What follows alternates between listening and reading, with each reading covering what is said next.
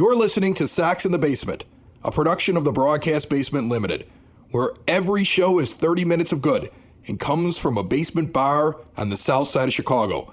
Pull up a stool, pour a cold one, and join us right now for Sox in the Basement. Heard everywhere podcasts can be found, and always at soxinthebasement.com. Welcome down for another episode of Sox in the Basement. My name is Chris. That's Dave over there. Belling up to my 9-foot homemade oak bar. Pour yourself a cold one. We're going to talk 30 minutes of White Sox baseball. I want to give you a phone number real quick before we start. 708-459-8406. If you forget the number, just go back, replay the episode. It's right at the beginning, as you can tell. This phone number is what you will use now to be able to leave voice comments for the show. You can give us a question. You can leave a question for a guest that's coming up. I know they keep promising me guests, the White Sox. I got an email again today. Ron Kittle, it's going to be all set up, Chris. Don't worry. By the end of the week, by Friday, we'll have it set up for you. If Kitty is ever on the show, you can call that number. Leave a message. We'll play it for Ron if it's good. So here's the deal. You give us good content, you end up on the Sox in the Basement podcast. You give us a good question, great. If you disagree with us, it's definitely getting played because I love that stuff, especially if you disagree with Dave. 708-459-8406. So it's a local call for people in the Chicago area, just like a regular phone call. It's got an automated message thing that just tells you to leave a message. I'm sorry it's so generic. I'm trying to get that fixed with the company that I'm using. But you can call anytime, day or night, 24/7, while you're listening to the show, after you're done with the show. Anytime you get a thought in your head, you want to throw it at us, you can call the number and be part of the show. 708-459-8406. And also remember, Sox in the Basement is on Twitter, at Sox in the Basement, and it's also on Facebook, Sox in the Basement. We're everywhere. Find us, follow us, continue to tell your friends about it. That all out of the way, Dave. 25-man roster next year. Let's assume 13 pitchers break camp. I'm just going to make that number up because the Sox like to keep extra pitching coming out of camp. That's a traditional thing with the team. Most years than not, they keep 13 pitchers. That leaves 12 position players. I'm going to say Narvaez is the catcher. I think it's obvious when you look at his stats, not only overall for the year, but through his 88 games.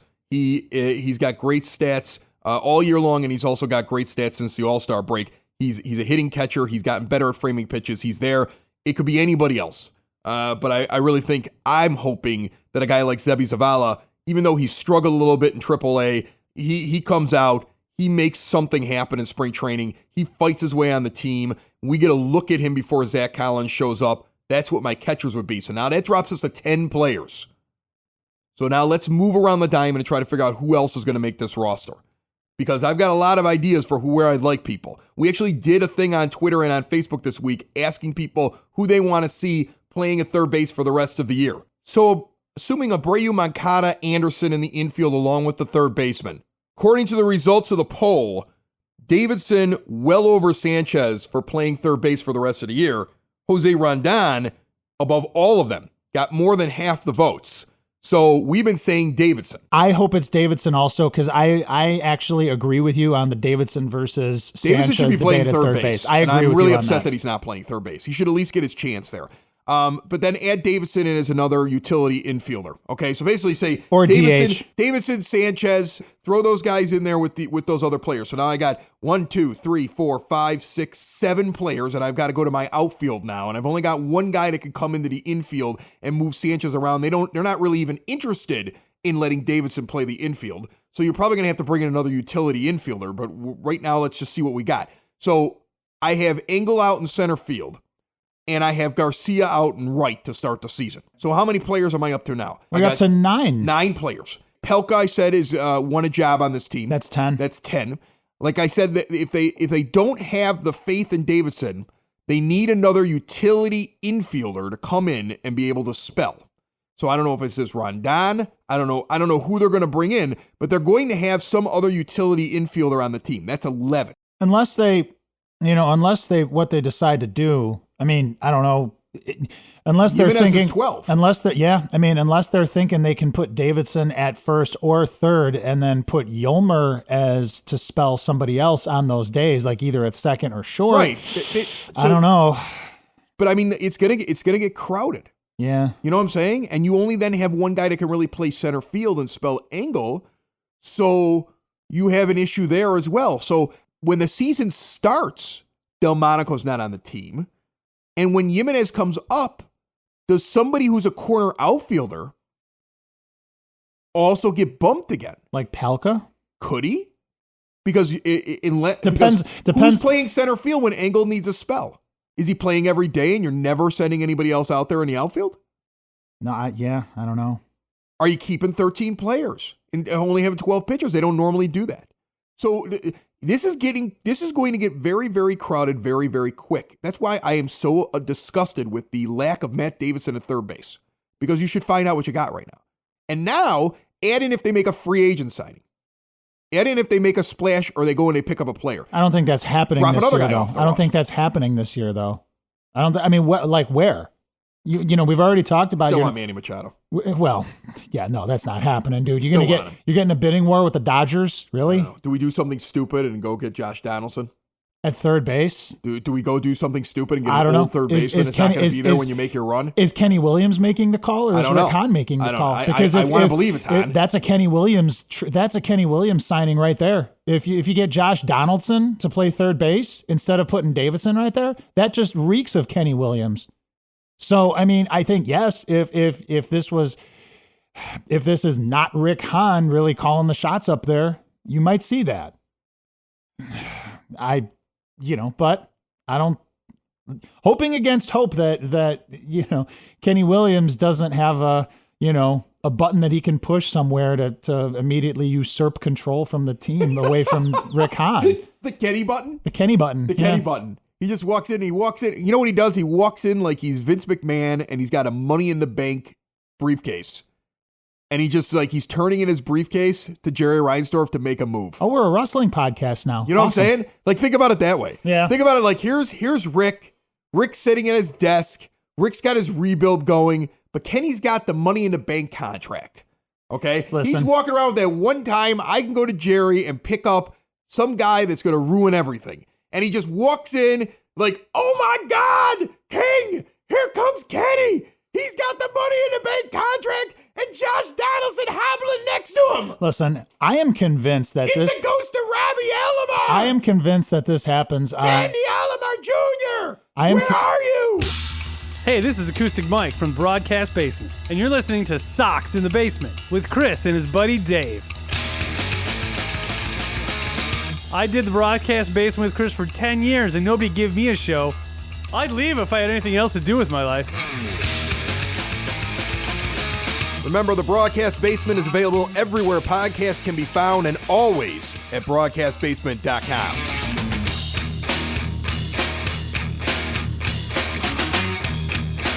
I am convinced that this happens on at least a bi-monthly basis. And he walks in with the Money in the Bank contract? No, I'm thinking that, at some point during the Kenny in the Bank contract free agency box. Listen, I'm convinced that twice a month, Rick Hahn does something brilliant or, publicly, or does something brilliant or says something brilliant behind the scenes that allows him to keep running this team by edict of Jerry Reinsdorf. He has to keep Kenny at bay. And I'm sure that Kenny Williams just goes into his office, slams the door, and starts throwing things around. This happens twice a month, Chris, because it drives Kenny Williams nuts. I imagine Kenny on the phone calling other organizations trying to find a job.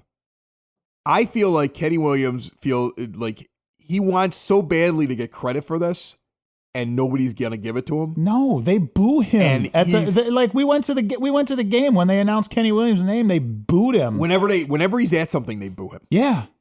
And I just think that if you're Kenny Williams, I think you're looking for a job and you're frustrated because nobody's interested. Oh, but people were interested. Remember? But they're not anymore. He almost had the job in Toronto. Remember that? And Reinsdorf blocked it. Right. I'm like, that made no sense to me. Why? Let him go. I mean, I get keeping the guy because you love him. And it's like, thank God Kenny was here for 2005. Like, if you want to give him full credit for that, Jerry, fine. I get it. You're in the building with him. I don't give him full credit for it. No. I think the manager had a lot to do with it. Yes. A little dumb luck had to do with it. Ken Griffey Jr. saying, I don't want to go to the White Sox. Had everything to do with it. Yes. Tadahito Iguchi all of a sudden finding his way onto the team like a couple weeks before the season starts when the original plan was Willie Harris at second base. Had a lot to do with it. Bobby Jenks coming out of the woods. Okay, sobering up just long enough to go out there and start throwing 100-some miles an hour in the middle of the season. He shows up at that Tampa Bay game. I was right behind the dugout. And after the first batter, Lou Piniella standing up at the top of the dugout and turns around and looks at the crowd. He looked at all of us like, where'd you get this guy from? Like, he said it right to everybody who was sitting right there in the first 3 rows behind the dugout. Okay? It was, I mean, everything came together, but if you want to give him credit for it, fine, Jerry. But when somebody comes along and says, I'm going to take this guy off your hands who hasn't gotten you to the playoffs in 10 years, you take it. Yeah. Because you know what? Now you don't have to feel bad that you let him go. No. You don't have to feel bad that you fired your buddy. Just let him go. And that's what always frightens me, that at any moment, Kenny shows up with the Kenny in the Bank contract and walks in with some hobbled veteran that's going to get in the way of everything. Listen, if Donaldson or Moustakas shows up on this team next year at third base, I think we know the answer to that. What about the Kenny in the Bank contract and he turns it in for Clayton Kershaw who's had nothing but health problems? Oh, is that even a thing? Well, are they talking about that? He could come free. There's a few pitchers. There's a few. Dallas Keuchel, Kenny in the Bank contract. Man. That's what scares me. With Kopech being injured, that's what scares me. The Kenny in the Bank contract gets turned in. And we go out and we get a pitcher that has shown some good, but really isn't at the level of the money you're spending. I still don't think that Reinsdorf is going to be easily talked into spending that kind of money on a starting pitcher. Remember, Reinsdorf is always hesitant about paying starting pitchers top dollar money. I mean, you can thank Jamie Navarro for that one. But, so I don't know. He wants to win. He's getting older. He wants to win and he's getting older. We all don't live forever, Dave. We all don't live forever. It's been he was old in 2005. He didn't think he was ever going to get to see a World Series. Now he's 13 years older. I don't know. He's making irrational decisions like not letting Kenny Williams go to Toronto. I think if you see that happen, then you can pretty much just throw it up and say, you know what, the rebuild's over. The Kenny in the Bank briefcase. Yeah, you might be. It might be. Sox in the basement. Sox in the basement. Sox in the basement. The 3-year-old keeps pounding something against the side of the bar. Come on, knock it off. This is not a wrestling podcast. I probably 80% of the people have no idea what we're talking about. Oh, come on. Everybody knows what Money in the Bank is in the WWE. There's a briefcase hanging, and you have to win the briefcase. And if you win the briefcase, you get a whole year where you walk around the briefcase. You can turn it at any time for a title shot, even if the guy's unconscious in the middle of the ring. And that's oftentimes when it happens. That's what it is. And I'm saying Kenny Williams is a Kenny in the Bank contract. And the Michael Kopech injury and the hole at third base make me very afraid that he's going to come bursting through the curtain all of a sudden. His entrance music's going to hit. What is his entrance music? Oh, it's something horrible. It's like 70s. Is it like 70s disco? I go with something that's really... Is it like Anita? Really like grinds your teeth and it doesn't make any sense? The Bee Gees. But like he comes out to like Barbie Girl. Ring My Bell. I'm a Barbie girl. And here comes Kenny. And he comes walking out like something like that. The Blue song. I'm blue, da-bo-dee-da. No! See, I see Kenny something that grates the ears. I see. And he comes out to I see Kenny as more of a 70s disco guy, so I'm thinking something from the Bee Gees or like Ring My Bell. You know, there it is. That's you what can it is. ring my bell. That's Kenny's music. And he comes sauntering out with his contract and his veteran that you know is going to have problems within a year of the deal. That's going to soak up payroll. Here he comes. Can we dedicate a podcast one of these days, like in the off season, to just the stupidest things Kenny Williams has done? I think we should do that. Please. There are people who think we're crazy for thinking that he's not a good general manager. I know. There are people who think we're nuts. We're the crazy people. Listen, let me put this in perspective. Since the World Series in 2005, one playoff appearance that you lucked into in 2008. You lucked into that playoff appearance. Remember, there was a week to go in the season. You were down by 4 games. Okay, Minnesota completely collapsed, and the White Sox just kind of backed into it. I was at the game where they lost it, and my dad was like, "Well, that's it for the season. There's no mathematical way they do it unless Minnesota basically loses the last 3 games. That's not going to happen." Which they did. And they did. And then you win that 1 game playoff that really should have been played in Minnesota. Okay, right. all Sox fans have to be able to admit that. There's a reason they changed the rule the very next year. It went to which team won the regular season matchup against each other because it goes to a coin flip, and they kicked our ass all year long, and they got to come into our stadium and play.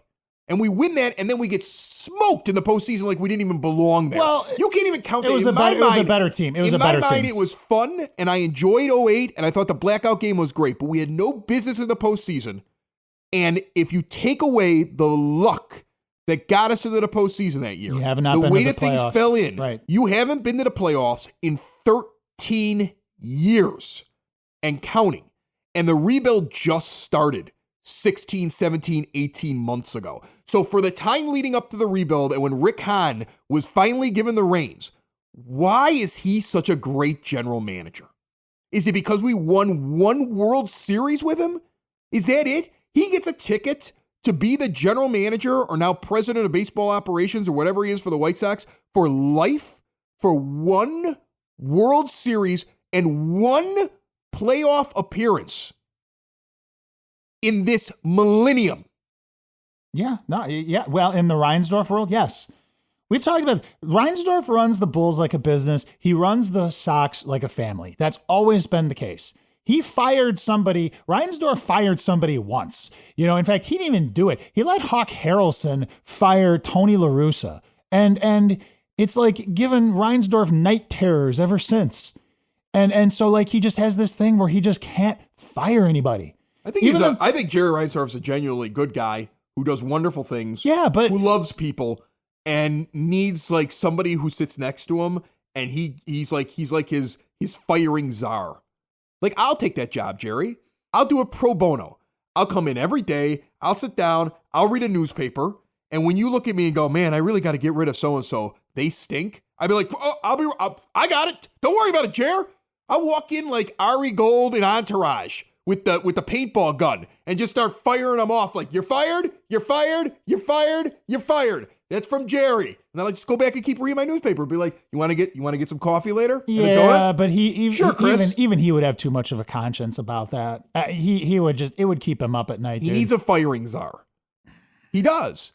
There are great people working over in the White Sox organization. There are great things going on in the White Sox organization. But every once in a while, you're like, how does that person still have a job after 20 some years? How is that happening over there? He needs a person that's just his hammer. And then that person can call him up and be like, Jerry, why did I get fired? Be like, Lanuti's out of control. I can't control him. Lanuti's always out of control. You see what I'm saying? Lanuti's out of control. But Jerry, aren't you the boss? Yeah, but he scares me. Like, he just needs somebody that he can put the blame on. Put the blame on me. Put the blame on me, Jerry. I'll go do it. I'll do it for free. Maybe he'll hear this podcast and he'll take you up on that. Give me a break. Kenny Williams is going to hear this podcast and be like, we now disavow all knowledge of the Sox in the Basement podcast. Oh, there goes our Ron Kittle appearance. That sucks. It's the middle of the show song. It's the middle of the show song. It's the middle of the show song. It's the middle of the show song. Chris had nothing to put here, so he put this song. It's the middle of the show song. How fun is a Pelka home run? Oh, it's a blast. If you had to think about the biggest thing or the most fun thing, give me your top 3 most fun things that pop up now, because I'm asking you this question out of the blue and not giving you any chance really to react to it. Top 3 things that pop up in your mind that you will always remember about the 2018 White Sox season. Okay? Whether it be a game, whether it be a player, whether it be something that would happen on the regular, something that just stands out and you go, that's the 2018 season, and that's what I loved about this season. Even though we've got a few weeks left, I doubt anything spectacular is happening in the last few weeks. I think things are just going to work their way out. We're seeing these position battles spread out. We're seeing which guys are going to be good, which guys are going to make it next year, which ones aren't. Okay, we've already seen that there's things that I wish they would do, like put Davidson at third base and give him more of a try there, that they're not going to do. Kopech's out now until 2020. You're not going to see any more people coming up. So what are the 3 things good that pop into your mind instantly that you will remember about the 2018 season? Even if it's stupid, even if it's got nothing to do with wins and losses. I mean, Polka and his whole the whole Polka vibe, just his the interviews that he gives, it's and the just, grassroots love movement. Yeah, that he has, it's on Twitter. a fun thing. It's a fun thing. In all seriousness, I'm I think we are going to remember this year as the first year where we really see, maybe I'm wrong, but I have a feeling about Carlos Rodon this year. I have a feeling that, he's gonna end, comes back from the injury. He ends the year strong. I think this is the year where you really see Carlos Rodon, grab it and say, I am the man. I am the ace of this staff. So, I mean, Carlos Rodon just in general sticks out to me. So we got Rodon, as Pulp far as Smash. this year. Yeah. What's the third thing? Oh, I don't know. Come on, just whatever popped in, even if it's stupid. I'm drawing a blank, dude. All right. I'm gonna feed you one. Come up with the third one. I'm gonna feed you one. Yomer Sanchez dumping Gatorade on his head. I was gonna say that, but I knew it was gonna piss you off. No, it wouldn't piss me off. I think it's funny. I think Yomer's a great guy. I would love to have a Yomer Sanchez on my team. I just don't think he should be the starting third baseman. I love it. I love the attitude. I love the camaraderie. I love what he brings to the team. I think he has value, and I think he should be on my 2019 White Sox. I just don't think he should be the starting third baseman. I think that's a valid thing to say. I love everything else about him. Shouldn't be starting at third base. That bothers me. Doesn't produce enough at the plate to be at third base. All right, here are my three things. I think Renteria umpire arguments are probably up there too. You're gonna remember that as well. Those seem to be more fun than your average. I mean, they're not Lou Piniella type outbursts, but the Ricky Renteria ejections seem to always amuse me. So okay, so now I can't use any of the ones that you've already done. So let's see what else I can think of off the top of my head that I will remember the 2018 season for. Well, you only need two more because you put Yomer out there. I gave that one to you. I gave Yomer to you. Oh. I'm handing that one to you. I don't want him, though. Okay, well, then I'm keeping Yomer. He's a cool guy, but I don't want him at my house. I would say that if I had to sit back and I had to think about the things that have stood out to me in the 2018 White Sox season, I'm going to piggyback on the Carlos Rodon thing, and I'm going to add his wife, Ashley, on Twitter, ripping umpires for bad calls with the pitch tracks. To me, I just absolutely love it. I love sitting on my Twitter feed, watching Carlos pitch and swear, be an absolute beast on the mound. See what I'm saying? Yeah. Just an incredible ace, all-star caliber, Cy Young caliber pitcher in the second half. And then see when he walks a guy, how pissed off his wife becomes. Like, and the fact that we exchanged text messages when he had a bad start the other day, and you were like, I don't know, he might be on the couch tonight. I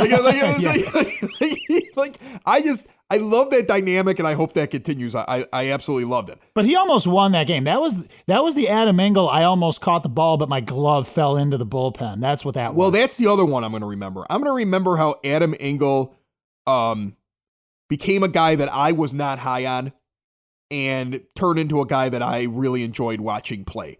I like his defense. I like that he has improved this year. I like that at the beginning of the year, he refused to use his legs and didn't seem to be able to lay down a bunt and wasn't productive at the plate.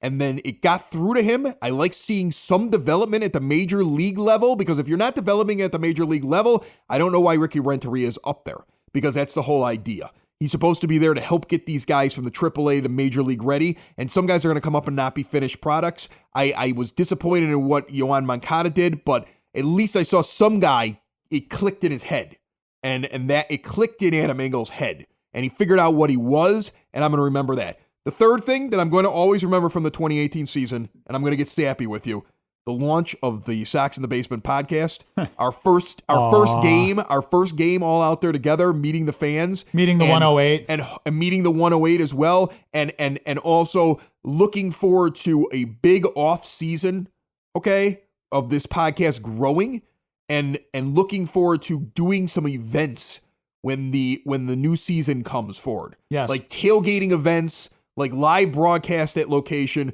like expansion, like making it bigger, better, and even more fun for everybody that listens to the podcast. So to me, this is the starting point, the jumping off point for something bigger, and I will always remember that as well. Somebody asked me, why did we name the show Sox in the Basement? And there's a couple different reasons for it. One, the original show that I did podcast called The Broadcast Basement, and I broadcast out of my basement, it made perfect sense to me. Secondly, I was afraid to do anything that said White Sox in it because I didn't know what the rules were going to be, and I didn't know if I'd get like censured from the team if I did too much, like, leaning towards the team. The other reason, though, is it's a perfect time to launch a show when you're in a rebuild and your team's in the basement. Because one day it'll be ironic, I hope, when the Sox in the Basement podcast is set up out in the parking lot with a big Sox in the Basement flag and a Sox in the Basement tent tailgating before game 1 of the World Series. And we're not in the basement as a team. That's what I want. That'd be fun. I want that moment to sit there and say, we started when the team was in the basement, we grew with the team, and here we are with now our ironic name because we're the team that isn't in the basement. Okay? And we're ready for and this rebuild has finally come to fruition. That's what I want. Sort of reminds me of the Blackhawks. It's like their one goal slogan. Like they came up with that when they would score like 1 goal a game. Right. And then now all of a sudden it's like, 3 Stanley Cups later, it's the dynasty, and that was the 1 goal. Right. So I want to be handing out signs at game 1 of the World Series that have Sox in the Basement on them, no more underneath. You know what I'm saying? Yeah. Like the Sox in the Basement logo, and then in cursive underneath there, no more. You see what I'm saying? Welcome to the World Series. Absolutely. That's what I want. Okay. And this is the year that all started.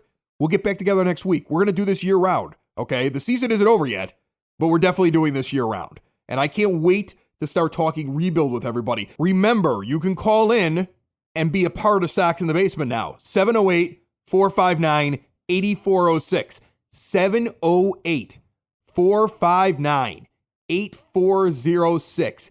Anytime, day or night, 24/7, 365. You're going to hear a little robot voice tell you to leave a message. Just leave it. We go through all of them. You got something to say? You got something to argue about? Get it in there. We're going to be around all year. We know we're going strong now. We know we're going to be around the entire offseason because we're seeing incredible results. And it's all because of you guys who are listening. Just a quick tidbit before we get out of here. Most podcasts, they get an episode up and the episode stays up forever. It's not like a radio show. Radio show's up and then it's gone the moment that you're done listening to it. It's live. It's over. A podcast is up there forever. So whenever we get a new listener, people go back and they'll download some of the previous shows. They'll be like, oh, I like what they're saying. I wonder what they said about this. Or I wonder if there's more content on this. And they'll go back. So shows that you published like months earlier, people will listen to. So naturally, the older shows will generally have more listens because somebody comes in and they just go back into the library. So you'll see their numbers grow. And shows will get their numbers bigger and bigger the longer that they're out there online and available to people. The show we did last week had more downloads within the first 72 hours than any other show that we've published that has been up at any other time from the moment it was up until now. So we've got shows that have been up for 3 months. Don't have as many downloads as just the last show. You could see like the chart and it's just trending so straight to the top. When you look at the downloads chart and how quickly people are finding the show and listening to it, that it frightens me. Because at some point it's going to like either plateau or drop. Because it doesn't make any sense to me how quickly people are finding the show. So that's a testament to you people telling your friends. That's awesome. And Dave and I thank you from the bottom of our hearts. We love doing it. We're having a good time doing it. And we're going to continue to talk Sox baseball for 30 minutes each and every week, whether or not the season's going well or going bad, whether or not it's the off season or in season. And we've got a lot of great ideas for things that we want to do in the upcoming months and over the off season and into next year. So stick with us. Tell your friends. Remember to subscribe. You can get it pretty much everywhere now. You can go Alexa Play Sox in the Basement. You can go on Stitcher Radio Network and get it. You can go on Apple Podcasts. You can go on PlayerFM.fm. I know Android users, a lot of them love that. You could find it on the podcast app. There's all kinds of apps and podcast listeners and everything else that you can use to listen to Sox in the Basement. And you can always get it at SoxInTheBasement.com. Thank you for listening to Sox in the Basement. Let's finish off strong, but not too strong that we screw up our draft pick. And please, no more Tommy John surgeries. Ever again. You got nothing? I got nothing. That's it? I got nothing. You didn't have like a quip at the end of it? No, I'm good. Wow. You said it, man. Not the best color commentator in podcasting for nothing. Another show is wrapped up. Another show's in the books. Another show is wrapped up. And then by the looks, it's gonna be a good one. And we'll see you next week. And the nude is basement. And the nude is basement. Another show is wrapped up. Another show is wrapped up. Another show is wrapped up. And it's in the books. Another show is wrapped up. Another show is wrapped up, and by the looks, it's gonna be a good one. Nudie's Basement. Broadcast Basement. The Nudie's Basement. The Broad Basement. Slancha. That was like Dropkick Murphys or something, right? I felt like it. Socks in the Basement. Heard everywhere podcasts can be found, and always on socksinthebasement.com.